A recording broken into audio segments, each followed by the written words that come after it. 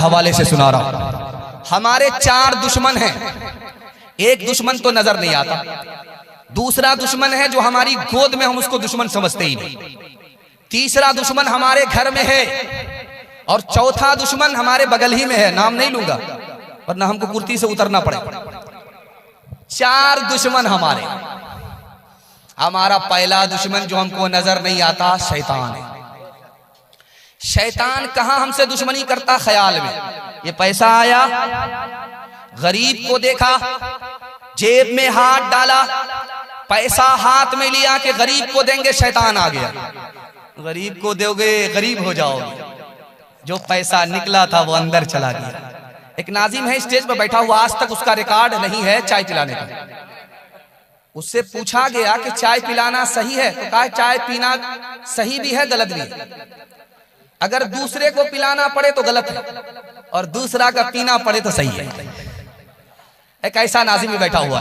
तो देखिए कि ये पैसा हाथ में आया, जेब में हाथ गया, फकीर को देखा, अब निकालने वाला था, तब निकालने वाला था, अचानक शैतान आ गया। गरीब को देंगे और ज्यादा सखी बनोगे, गरीब हो जाओगे। दूसरा हमला, नमाज की तरफ जा रहा था, मस्जिद की तरफ जा रहा था, शैतान आ गया। अखलाक तो ठीक है ही नहीं, नमाज पढ़ करके क्या हो।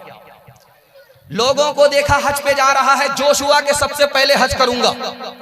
शैतान आया, अभी बेटी की शादी बाकी है, मकान बनाना बाकी है, अभी तो जवान हो, क्या जल्दी है। जब हर चीज से रिटायर हो जाओगे, कमर झुक जाएगी, लाठी पर आ जाओगे, तब हज करके। शैतान हमारा वो दुश्मन है जो हमें नजर नहीं आता। दूसरा दुश्मन ये हमारी दुनिया है जिसमें हम लोग सांस ले रहे हैं। ये दुनिया सांप की तरह है, बच्चा पकड़ना चाहता है क्योंकि मुलायम बहुत है, लेकिन उसका डंक बड़ा खतरनाक है। जब वो डसता है तो जान चली जाती, जब दुनिया डसती है तो ईमान चला जाता है। चौथी चीज जो हमारी दुश्मन है वो हमारे बराबर में बैठी हुई है। अल्लाह ईमान की हिफाजत फरमाए, आबरू की हिफाजत फरमाए। मुझे तो मुंह छुपा करके भागना पड़ेगा। ध्यान से सुनिएगा। सुलेमान अलैहिस्सलाम ने अपने बेटे से कहा कि बेटा, जब तुम्हारे पीछे शेर आ जाए, घबराने की बात नहीं है। अगर तुम्हारे पीछे बेपर्दा औरत आ जाए, सुरमा लगा करके आए और लिपस्टिक लगा करके आए, तो बेटा अब घबराने की जरूरत है। कहा अब्बा, शेर पीछे आ जाए घबराने की बात नहीं, औरत पीछे आए घबराने की बात। कहा बेटा, शेर तुम्हारे पीछे आया है, अगर मौत है तो सिर्फ जान जाएगी, ईमान नहीं जाएगा। बेटा, अगर कोई औरत आ गई, बेपर्दा अजनबी औरत आ गई, तुम्हारे पीछे पड़ गई, बेटा ईमान चला जाएगा। अल्लाह अकबर कबीरा। और हमारी दुश्मन कौन है? हमारे घर के अंदर है। हमारा दुश्मन चौथा और आखिरी दुश्मन हमारे घर के अंदर है। जानते हैं आदमी हराम क्यों कमाता है? बीवी बाल बच्चे की वजह से। बीवी ने ताना मारा, दुनिया कहां से कहां पहुंच गई, आप वहीं के वहीं हैं। बेटा ने ताना मारा कि दुनिया कहां से कहां पहुंच गई, आप वहीं के वहीं हैं। ये ताने की ताब न ला करके, आंख बंद करके कमा रहा, लूट करके ला रहा, कूट करके खा रहा। जब शादी का मौका होगा तो बेटा खामोश रहेगा, बाप बोलेगा। हाजी साहब है, नमाजी साहब है, पाजी साहब है, काजी साहब है, सब है। अब बेटी वाले ने कहा कि आपका कुछ डिमांड है?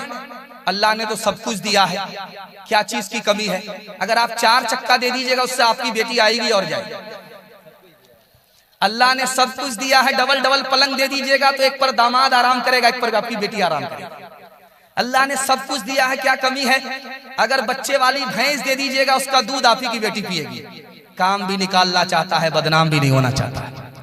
एक भूमियार था, दुनिया को ठग करके जा रहा था। बेटा से बोला, बेटा हम खुदा को भी ठगना चाहते हैं, फरिश्ते को भी ठगना चाहते हैं। बेटा बोला कि आप फरिश्ता को ठग लें? का 2 मिनट में करना यह है कि जब मैं मर जाऊं मुझे पुरानी कब्र में दफन करना, नहीं कब्र में दफन मत करना। बेटा बोला कि अब्बा नया मुर्दा नहीं कब्र में जाता, आप पुरानी कब्र में जा रहे हैं। कहा जब पुरानी कब्र में दफन होंगे, फरिश्ता पूछने के लिए आएगा तो कहेंगे अभी तो पूछ करके गए थे, क्या बार बार दिमाग खराब करने के लिए आए? इंसाफ से बताइए कि यह गाड़ी किसको मिली? बेटी दामाद को। ये पलंग किसको मिला? बेटी दामाद को। ये भैंस किसको मिली? बेटी दामाद को। इस बानर बाप को क्या मिला? नाना की हुंडी। ये दूसरे की दुनिया बना रहा, अपनी आखिरत बर्बाद कर। इस कदर था खट इस कदर था खटमलों का चारपाई में हुजूम, वस्ल का दिल से मेरे अरमान रुखसत हो गया। लात दुनिया ने जो मारी बन गया मैं दीनदार, लात दुनिया ने जो मारी बन गया मैं दीनदार। थी बुरी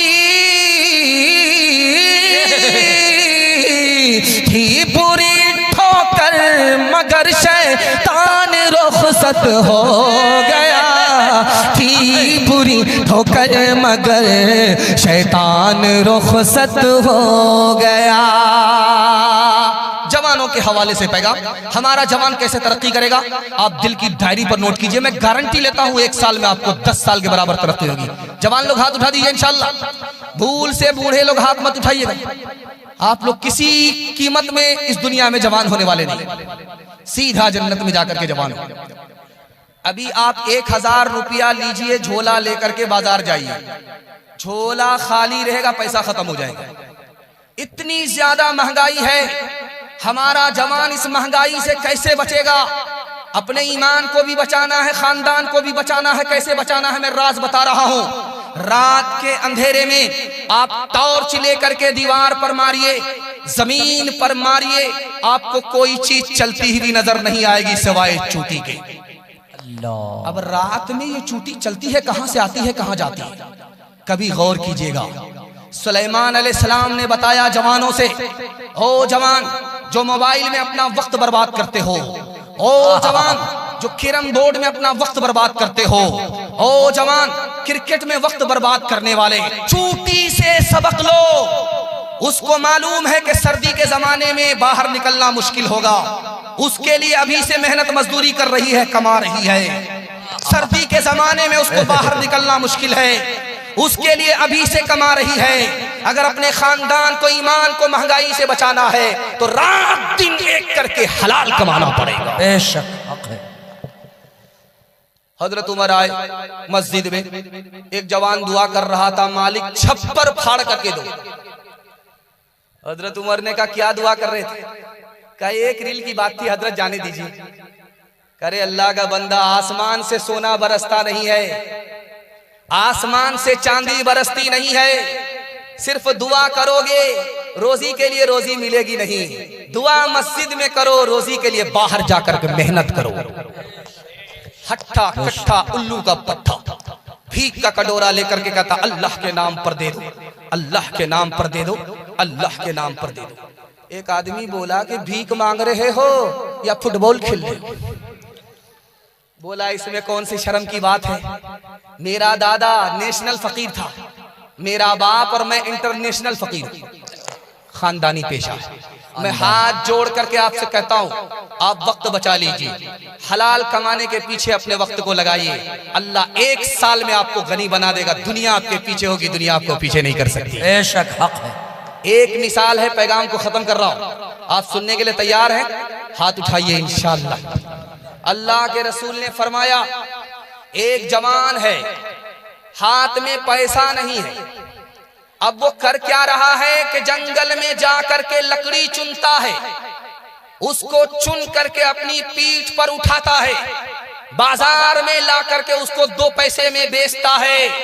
ये जवान उससे बेहतर है जो भीख का कटोरा लेकर के भीख मांग रहा है, खुद भी जलील हो रहा है, अपने ईमान को भी खतरे में डालेगा। छोड़ते काम अधूरा नहीं हिम्मत वाले, काम पूरा नहीं करते कभी राहत वाले, काम पूरा नहीं करते कभी राहत वाले। बाजी ले जाते हैं जो लोग हैं मेहनत वाले, बाजी ले जाते हैं जो लोग हैं मेहनत वाले। हार जाते हैं सदा सुस्तियों गफलत वाले। पहले तुम काम करो बाद में आराम करो, पहले तुम काम करो बाद में आराम करो। जिसको आराम से हर वक्त सरोकार रहे, फिक्रे आराम में जो काम से बेजार रहे, क्या ताज्जुब है कि वो मुफलिसो नादार रहे। काहिलो खस्तो दरमांदो लाचार रहे, पहले तुम काम करो बाद में आराम करो, पहले तुम काम करो बाद में आराम करो। एक बात आप ध्यान से सुनिएगा, आप सिर्फ हराम से बच जाइए, अल्लाह आपको इस दौर का वली बना लेगा। सुभान अल्लाह, सुभान अल्लाह। अल्लाह एक चीज गौर कीजिएगा, हमेशा तजर्बे की। आदमी घर से बाहर है, चैन नहीं है, घर के अंदर आया, चैन नहीं है, मतलब साफ है, घर के अंदर हराम है, उस हराम की नहूसत है, न घर में चैन है न घर से बाहर चैन है। अगर आप सूद से बचना चाहते हैं, आपको 3 रास्ते में कमाना है। सूद से ज्यादा कमाएंगे आप, हलाल भी कमाएंगे और आप तरक्की भी करेंगे, गुनाह भी नहीं होगा, बेचैन भी नहीं होंगे। 3 रास्ते। कोई अगर आपसे पैसा मांगने के लिए आए, भाई साहब हमको कर्ज दीजिए, तो उसको कर्ज दीजिए और कहिए तुम तिजारत करो, इसमें जो नफा हो नुकसान हो उसमें मेरा हिस्सा तुम्हारा हिस्सा। आपने सूद से ज्यादा कमा भी लिया, दुनिया भी बना ली, दीन भी बना लिया। सुभान अल्लाह। कोई अगर आए आपसे पैसा मांगने के लिए, तो उससे पूछिए तुम क्या लेना चाहते हो, वो बोलता मैं मशीन लेना चाहता हूं। आप उसको मशीन खरीद करके दे दीजिए और कहिए इस मशीन को चलाओ, ये मेरी मशीन है और हर महीना इसका किराया दो।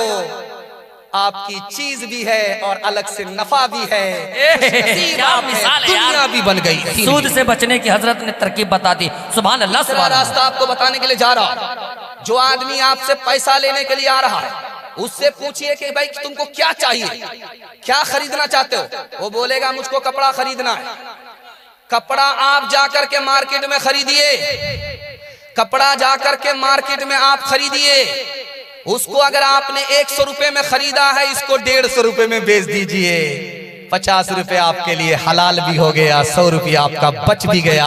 आप दुनिया के फितने से भी बच गए, आपने दीन को भी हासिल किया। कर तो भी तरक्की दुनिया में असबाब तिजारत पैदा कर तो भी तरक्की दुनिया में असबाब तिजारत पैदा कर तो भी तरक्की दुनिया में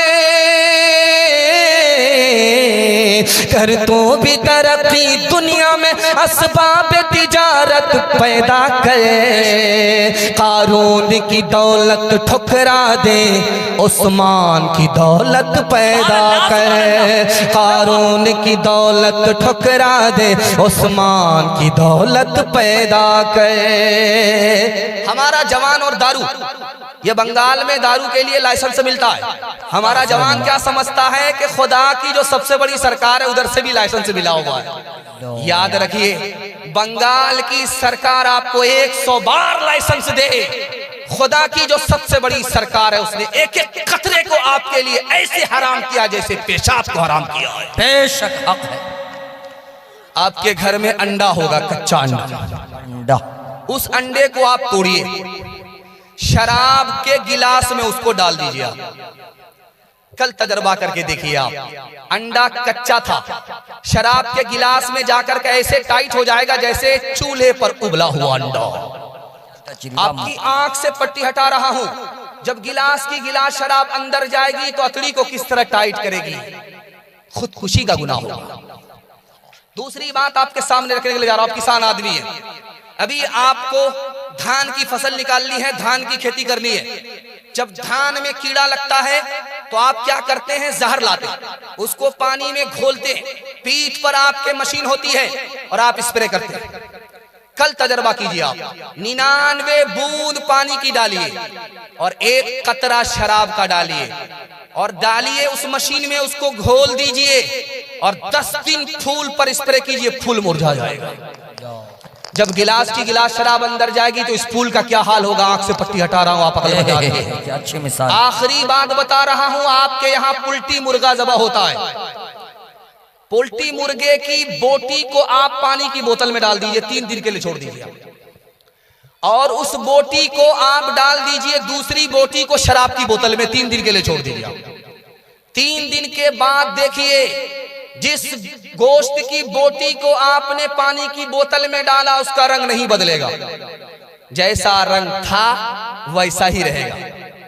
और जिस बोटी को आपने शराब की बोतल में डाला उसको 3 दिन के बाद देखिए चर्बी की तरह पीली पड़ जाएगी। हाथ उठा करके वादा कीजिए, खुद भी शराब से बचेंगे, समाज को भी बचाएंगे। हाथ उठाइए इंशाल्लाह। कोई कभी पिलाएगा तो छोड़ेंगे नहीं, हाथ उठाइए इंशाल्लाह। शेरो शराब नगमा के, शेरो शराब नगमा के हकदार बन गए, शेरो शराब नगमा के हकदार बन गए, बंदे खुदा को भूल के फनकार बन गए।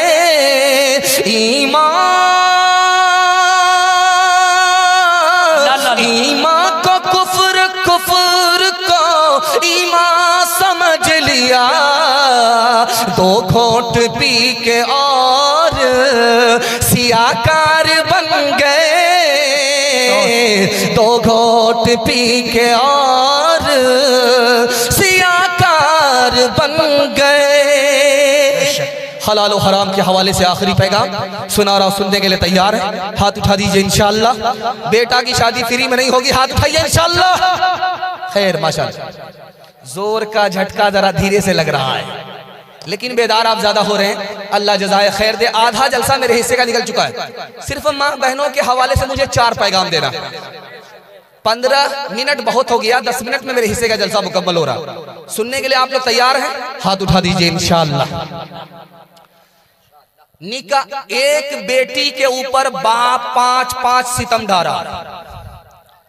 जब बेटा पैदा होता है तो सबसे कहता है, सर उठा करके खुशी बांटता है, बेटे का बाप हो गया हूं। और जैसे बेटी पैदा हुई मुंह लटका करके बैठा हुआ है, लगता मुकदमा हार करके बैठ के। पिछले साल माँ ने पैदा किया, अगले साल यही पैदा कर। मामला क्या है? बेटी पर सितम है। बेटे की पैदाइश से खुश होता है, बेटी पैदा हुई तो चेहरा गाड़ करके बैठ जाता है। पहला सितम बाप अपनी बेटी पर ढारा।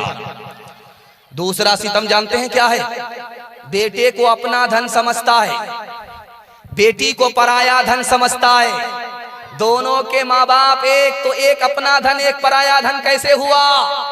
ये ख्याल बदला, बेटे पर करम है, बेटी पर सितम है। बेशक बेटे को तालीम कहां दिला रहा? अलीगढ़ में।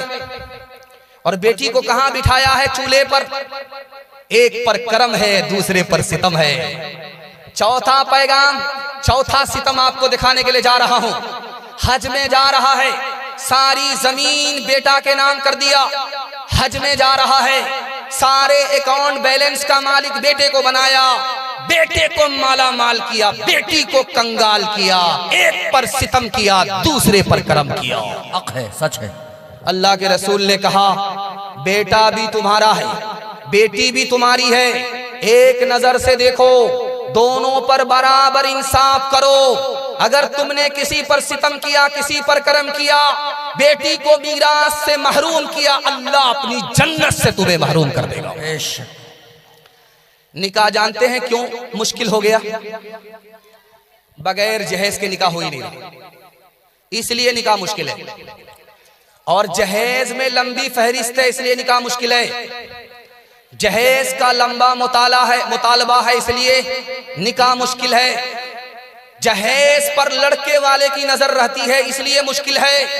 और लड़की वाला अपनी बेटी को देता है, दिखा करके दे रहा है, इसलिए निकाह मुश्किल है। मैं हाथ जोड़ करके आपसे कहता हूं, अपनी बेटी को दिल खोल करके दीजिए, मगर दिखा करके मत दीजिए। दिखा करके आप देते हैं, गरीबों की बेटी पर सितम होता है। निकाह इतना आसान है, आपको सुनकर के हैरत होगी। महर नगद नहीं है तब भी निकाह हो जाए, खुतबा नहीं दिया तो भी निकाह हो जाए, काजी नहीं है फिर भी निकाह हो जाए, जुमा का दिन नहीं है फिर भी निकाह हो जाएगा, बारात नहीं आई फिर भी निकाह हो जाए। निकाह में दो ही चीज है, लड़का अपनी तरफ से हाँ बोल दे, लड़की अपनी तरफ से हाँ बोल दे, दो आदमी की मौजूदगी हो, मियाँ बीवी राजी तो क्या करेगा काजी। क्या तरकीब पता है नौजवानों को। कल बारात जाने वाली है, लड़का लड़की को फोन कर रहा है रात में, तुम्हारे बाप ने कहा था 4 चक्का देंगे, खरीद करके लाया है कि नहीं? तो लड़की बोली कि आप इत्मीनान रखिए, अभी नहीं लाया है, बाद में ले आए। तो लड़का खिसिया करके बोला कल बारात जाने वाली है, अभी तक खरीदा नहीं है, झूठा वादा है, तेरे बाप की औकात नहीं है कि 4 चक्का दे सके। तो जो हाल है इनका वही हाल गया इनका। लड़की बोली मेरे बाप को तो हवाई जहाज देने की औकात है, पहले तुम बताओ कि तुम्हारे बाप को एयरपोर्ट बनाने की औकात है? हलवाई की दुकान बताओ बताओ कैसे बचे ईमान, बताओ कैसे बचे ईमान। ओ दुनिया वालों छोड़ दो आदत जहेज की, अच्छी नहीं ये रीत, रिवायत जहेज की, सबसे बड़ा जहेज है ऐ दोस्तों दुल्हन, फिर इसके बाद कुछ नहीं कीमत जहेज की। बताओ कैसे बचे ईमान, बताओ कैसे बचे ईमान। रस्म तिलक अब आम हुई है, काम है कितना गंदा, लड़की वालों के ही गले में लग जाता है फंदा। बेच रहे ये लड़के 2 पैसों में ईमान, बताओ कैसे बचे ईमान, बताओ कैसे बचे ईमान। दुख है लड़की वाले बेचारों का है अब ये हाल, बेटी की शादी में निकाले पहले घर से माल, गिद्ध की तरह से नोच रहा है इंसान को इंसान। बताओ कैसे बचे ईमान, बताओ कैसे बचे ईमान। बात हुई थी 200 बाराती, मंगनी में बस 30, खाने में जब गिनती हुई तो निकले 420। बेदावत के खाते क्यों है ये जायद मेहमान, बताओ कैसे बचे ईमान, बताओ कैसे बचे ईमान। हिंदू मुसलमान के हवाले से आखिरी पैगाम, 3 मिनट का याद आ गया, चूंकि शुरू में मैंने दिल खैराबादी साहब दामद बरकातुम के हवाले से मैंने सुन लिया था, मैंने सोचा कि नहीं मौके का चौका लगाना चाहिए। ध्यान से सुनिएगा, जल्दी से निकल जाएगा। हिंदू मुसलमान के हवाले से सुना रहा हूं। मुसलमानों की हिंदुस्तान में 800 साल हुकूमत थी, हुकूमत चली गई तो अपने अमाल की वजह से गई। अमाल क्या थे? अखलाक खराब हो गए। अखलाक जब जाता है तो हुकूमत चली जाती है, जब अखलाक आता है तो हुकूमत आती है। मुसलमान जा रहा है हज करने के लिए तो पैदल जा रहा है, लोग चोट कर रहे हैं, पैदल बेचारा जा रहा है, लोग चोट कर रहे हैं। तो मुसलमान पैदल जा रहा था हज करने के लिए, और गैर मुस्लिम जो तीरथ पे जा रहा था वो सर के बल जा रहा था। ये मुसलमान पूछा यार मैं तो पैदल जा रहा हूं, तुमको तो पैर है, तुम पैर से चलते नहीं हो, सर के बल चल रहे हो। जब से मैंने उस देवी को दिल दिया है, जब से मैंने उस देवता को दिल दिया है, उसके लिए मैं सर के बल चल करके आता हूं। ख्वाजा निजामुद्दीन औलिया अल्लाह रहमतुल्लाह अलैह ने लिखा, मुसलमान से भी ज्यादा दीन और धर्म का पक्का गैर मुस्लिम हुआ करता है। मुसलमान के यहाँ खानका होती है और हिंदुओं के यहाँ आश्रम होता है। खानका में लिखा हुआ है बोर्ड में कि खाने के वक्त में आना मना है, और आश्रम में लिखा हुआ है 24 घंटा दरवाजा खुला है। क्या बात है, क्या बादशाह को बड़ी हैरत हुई कि मुसलमान का लगता है जवाल आ गया, खाने के वक्त मुसलमान आने के लिए मना कर रहा है। गैर मुस्लिमों का उरूज है, कि 24 घंटा दरवाजा खुला। भेष बदल करके बादशाह खानकाह पर आया तो देखा खाना तकसीम हो रहा था। बादशाह को धक्का दे करके बाहर निकाल दिया गया। बोर्ड पर लिखा हुआ नहीं देखते हो खाने के वक्त में आना मना है। अब बादशाह को यकीन हो गया कि मुसलमान के हाथ से हुकूमत चली जाएगी। बादशाह भेष बदल करके आश्रम में आया तो वहां खाना बट रहा था। बादशाह भी लाइन में लगा। एक आश्रम का जोगी आया, हाथ पकड़ करके कहा कि तुमको लाइन में लगने की जरूरत नहीं है, तुम मेरे मेहमान हो, आगे आकर के पहले खाना ले लो। क्या अब उसने देखा कि सबको एक रोटी मिल रही है। ये अजनबी जो परदेसी आया है भेष बदल करके राजा, इसको 2-2 रोटी मिल रही है। इसने हैरत से पूछा कि ठीक है मैं मेहमान था, मुझको तुमने लाइन से लगने नहीं दिया, तुम्हारे अखलाक की बात है, किरदार की बात है, मेहमान नवाजी की बात है, लेकिन तुमने मुझे 2 रोटी क्यों दिया? कहा तुम तो इंसान हो, हम तो कुत्ते को भी 1 रोटी दिया करते हैं। शर्म न हमको आ सकी देख अपने आमाल, कभी तो इतना सोचता, कभी तो इतना सोचता, काहे हुआ ज़वाल, काहे हुआ ज़वाल। अल्लाह और रसूल पर है जिसका ईमान, अपने मन की सब करे, वो कैसा इंसान, वो कैसा इंसान। जब से भूला मुसलमान इस्लामी तालीम, उसको दहशत गर्दी करते सब तस्लीम, करते सब तस्लीम। माँ बहनों के हवाले से 4 पैगाम सुनने के लिए आप लोग तैयार है? हाथ उठाइए इंशाअल्लाह। औरत को सर पर बिठाएंगे, हाथ उठाइए इंशाअल्लाह। हुकूमत पहली फुर्सत में चली जाएगी। खैर नाज़िम जलसा ने हाथ उठाया, उसकी हुकूमत तो पहले जा चुकी है। खैर उसके लिए मसला नहीं, ध्यान से सुनिएगा, जल्दी से निकल जाएगा। बेटे से ज्यादा आप बेटी को तालीम दिलाइए। मैं एक राज की बात बता रहा हूं, इसको बहुत ध्यान से सुनिएगा। बेटे से 4 गुनी तालीम आप बेटी को दिलाइए। क्यों? इमाम शाफी रहमतुल्लाह अलैह लिखते हैं कि जब दूध पीता बच्चा बेटा माँ बाप की गोद में पेशाब करे तो उसको धोना आसान, कपड़ा उतारने की जरूरत नहीं है। 1 मुट्ठी पानी मारा, 2 मुट्ठी पानी मारा, गार लिया, झाड़ लिया, कपड़ा पाक हो गया।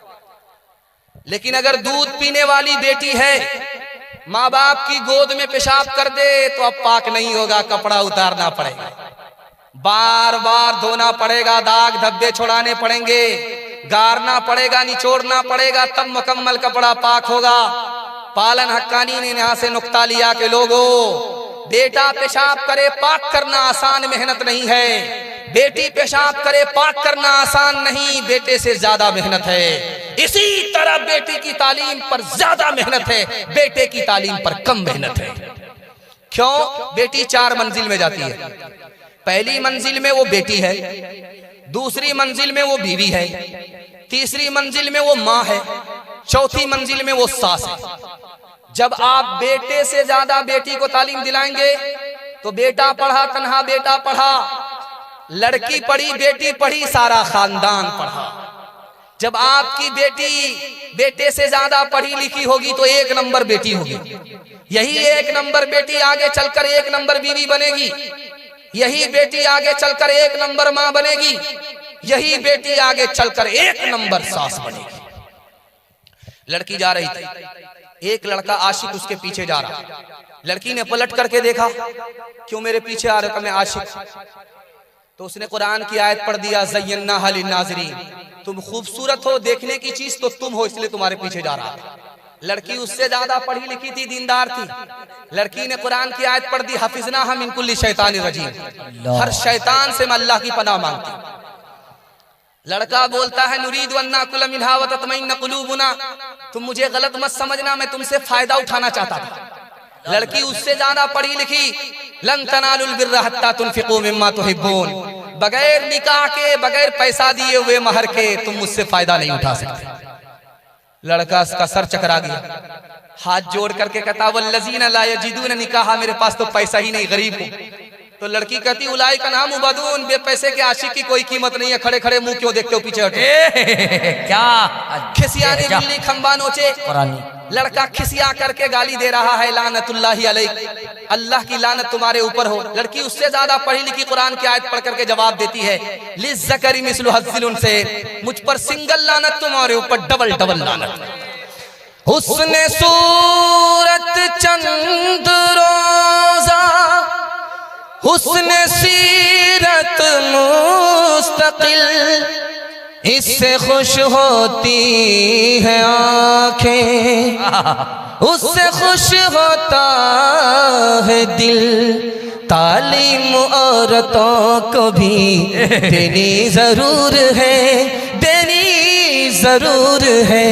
लड़की जो बेपढ़ी हो तो वो बेशूर है, बेशूर है। हुस्ने मुआशरत में सरासर फुतूर है, और इसमें वालिदैन का बेशक कसूर है, बेशक कसूर है। दिल खैर आबादी साहब कह रहे थे कि जलसा में तो इज्जत आबरू बचा करके आदमी बैठा हुआ, लेकिन जैसे ही जलसा से बाहर निकलता है तो औरत का भी मजमा एक जगह है, मर्दों का भी मजमा एक जगह है, आदमी इज्जत आबरू बचा करके भागता है। याद रखिए, इमाम बुखारी ने लिखा, अगर औरत को जलसे में आप बुलाते हैं तो औरत पर्दे के साथ आए, बेपर्दा ना आए। औरत जेवर पहन करके ना आए, जेवर उतार करके आए। खुशबू लगा करके ना आए, अलग रास्ते से आए, अलग रास्ते से जाए। अगर इतनी पाबंदी के साथ औरत को बुला रहे हैं तो जलसा सुनने पर सवाब होगा। अगर औरत बेपर्दा आ गई, जेवर पहन करके आ गई, खुशबू लगा करके आई, एक रास्ते से आई जिस रास्ते से मर्द आ रहा है, तो जलसा सुन करके भी गुनाह होगा। क्या बात है, अच्छा पैगाम। औरत को बाहर क्यों निकाला गया? 3 बहाने से औरत को बाहर निकाला गया। औरतों से कहा गया कि घर में रहोगी तो गुलामी में रहोगी, घर से बाहर निकलोगी आजादी मिलेगी। आजादी के नाम पर औरत को घर से बाहर निकाला। औरत से कहा कि अगर घर में रहोगी तो नौकरी नहीं मिलेगी, पैसा नहीं मिलेगा। जब घर से बाहर निकलोगी तो पैसा मिलेगा, नौकरी मिलेगी। पैसे के नाम पर, नौकरी के नाम पर औरत को बाहर निकाला। औरत को ताना मारा, बेपर्दा रहो तो जिंदा हो, अगर पर्दे के साथ रहोगी तो कफन और तुम्हारा बुर्का दोनों बराबर। 3 बहाने से औरत को बाहर निकाला, औरत बाहर निकल गई। नतीजा क्या हुआ? मिखाइल गोर्बाचोव, सोवियत यूनियन का सदर, लिखता है, हमने पैसे के लालच में औरत को बाहर निकाला, आजादी के नाम पर औरत को बाहर निकाला, ताना दे करके औरत को बाहर निकाला। औरत तो बाहर निकल गई, घर में बच्चा माँ बाप के रहते हुए यतीम हो गया। अफसोस। डीजे का डांस चल रहा था, एक आदमी बोला, वाह रे लड़की क्या डांस किया। दूसरा आदमी बोला, वो लड़की नहीं है लड़का। ये आदमी बोलता, सॉरी मैडम, भूल हो गई। वो बोला, मैं मैडम नहीं हूं, मैं उसी लड़के का बाप। अगर औरतों की ये हालत रहेगी, कभी जिंदगी में न राहत रहेगी। कोई नंगे सर जाके बाजार टहले, शरीयत से कब तक बगावत रहेगी। नमाज और रोजे की फुर्सत नहीं है, बताओ ये कैसे सलामत रहेगी। चप्पल है ऊंचे हील की और ऊंटनी सी चाल, होठों पे लिपस्टिक लगा के कर रही है लाल। चप्पल है ऊंचे हील की और ऊंटनी सी चाल, होठों पे लिपस्टिक लगा के कर रही है लाल। शौहर के सामने कोई जीनत नहीं रही, भी फातिमा सी अब कोई औरत नहीं रही। आखिरी पैगाम औरतों के हवाले से सुनने के लिए आप लोग तैयार हैं? हाथ उठा दीजिए इंशाल्लाह। बहन से ज्यादा साली पर मेहरबान होंगे, हाथ उठाइए इंशाल्लाह। खैर माशाल्लाह, बहन से ज्यादा साली पर मेहरबान, खैर माशाल्लाह। ध्यान से सुनिएगा, जल्दी से निकल जाएगा। 3 मिनट का पैगाम जल्दी से निकलेगा। अभी हम लोग जब आ रहे थे तो ऐसा फूल पहनाया जा रहा था कि शादी में भी ये फूल नसीब नहीं हुआ था। ये जलसे की बरकत है। असल ये फूल तो दस्तार के दूल्हे के लिए फूल है। अब उसकी किस्मत से हमको नसीब हो रहा है। गौर कीजिए कि जब उसके माँ बाप को उसकी बरकत से ताज मिलेगा, वो ताज कैसा होगा। अल्लाह आपके बच्चे को हाफिज कुरान बनाए। जरा ध्यान से सुनिएगा, जल्दी से निकल जाएगा। 3 मिनट का पैगाम आपकी खिदमत में। शादी हुई, अल्लाह के रसूल ने पढ़ाया, लड़की इधर लड़का उधर। लड़की को एक पैगाम दिया, लड़के को एक पैगाम दिया, जिंदगी में कभी झगड़ा नहीं हुआ। वो पैगाम क्या था वो मैं आपको सुना रहा हूं। लड़की से कहा कि ये जो लड़का है, जो तुम्हारा दूल्हा है, ये तुम्हारे लिए जन्नत है, ये तुम्हारे लिए दोज़ख है। अगर तुम मर गई, अगर ये तुमसे खुश रहा तो सीधा जन्नत में जाओगी इसकी खुशी की बरकत से। अगर तुमने इसको नाराज किया, सीधे जहन्नम में जाओगी इसकी नाफरमानी की वजह से। एक नसीहत लड़की को हुई, उसने अमल किया, जिंदगी में कभी झगड़ा नहीं। लड़के को नसीहत किया कि देखो ये लड़की जो तुम्हारी बीवी है तुमसे ज्यादा कुर्बानी है। कहा या रसूल अल्लाह, कमाते हम हैं, पसीना हमारा छूटता है, ये तो रानी बनकर के बैठ करके खाती है, इसकी कुर्बानी कहाँ से हुई। कहा कि देखो गौर करो, अगर तुम कुंवारे थे तुमसे पहले कहा जाता कि अगर माँ बाप को छोड़ना पड़ेगा, अगर निकाह करोगे माँ बाप को छोड़ना पड़ेगा, खानदान को छोड़ना पड़ेगा, कुंवारे रह जाते, शादी नहीं करते। कुर्बान जाओ इस लड़की के ऊपर के तुमसे निकाह हुआ, तुम्हारी खातिर सबको कुर्बान कर दिया। आप देखेंगे जब पहली मर्तबा लड़की मैके से ससुराल जाती है, जल्दी आ जाती है। पहली बार गई, जल्दी आ गई, 1 दिन में 2 दिन में जल्दी आ गई। अब जैसे वो वापिस आती है ससुराल से पहली बार, मोहल्ले की सारी औरत घेर लेती है। सवाल जवाब होता, बेटी ससुराल से आ रही हो, ससुर कैसे थे? तो लड़की कहती सुभान अल्लाह। शौहर कैसे थे? माशाअल्लाह। ससुराल कैसी थी? तो अल्हम्दुलिल्लाह। अब एक औरत कहती है सब फालतू सवाल है, असल सवाल का जवाब दो, तुम्हारी सास कैसी थी? तो लड़की कहती है अस्तगफिरुल्लाह ला हौला वला कुव्वता इल्ला बिल्लाह, जल्ले तू जलाल तू इस बला को टाल। क्या कुटनी थी। अब समझ में आ गया माँ को कि मेरी बेटी को सब पसंद है, सास पसंद नहीं। माँ तो माँ होती है, अदब भी देती है, हौसला भी देती है। माँ ने कहा कि बेटी तुम्हारे जवाब से मुझको सदमा हुआ, तुमको सब पसंद है, सास पसंद नहीं, लेकिन मेरे सवाल का जवाब दो। पहली मर्तबा जब मैं कैसे ससुराल गई थी, कौन लेकर के गई? का सास आई थी। 100 लड़की में मुझको पसंद किया, 99 लड़की को छांट दिया, अपने बेटे की बहू बनाया और मैं कैसे ससुराल ले गई। अब माँ ने कहा कि बेटी ये सास का ही एहसान है, इतनी अच्छी सुभान अल्लाह सुभान अल्लाह। ये सास का ही एहसान है, इतने अच्छे शौहर मिल गए, इतने अच्छे ससुर मिल गए। सास बला और मुसीबत नहीं होती, कभी माँ होती है, कभी माँ से बढ़ करके होती है। बेशक, बहुत अच्छा हौसला। बताओ कितनी बुरी है चाल, बताओ कितनी बुरी है चाल, शादी करके आती है जब मैके से ससुराल।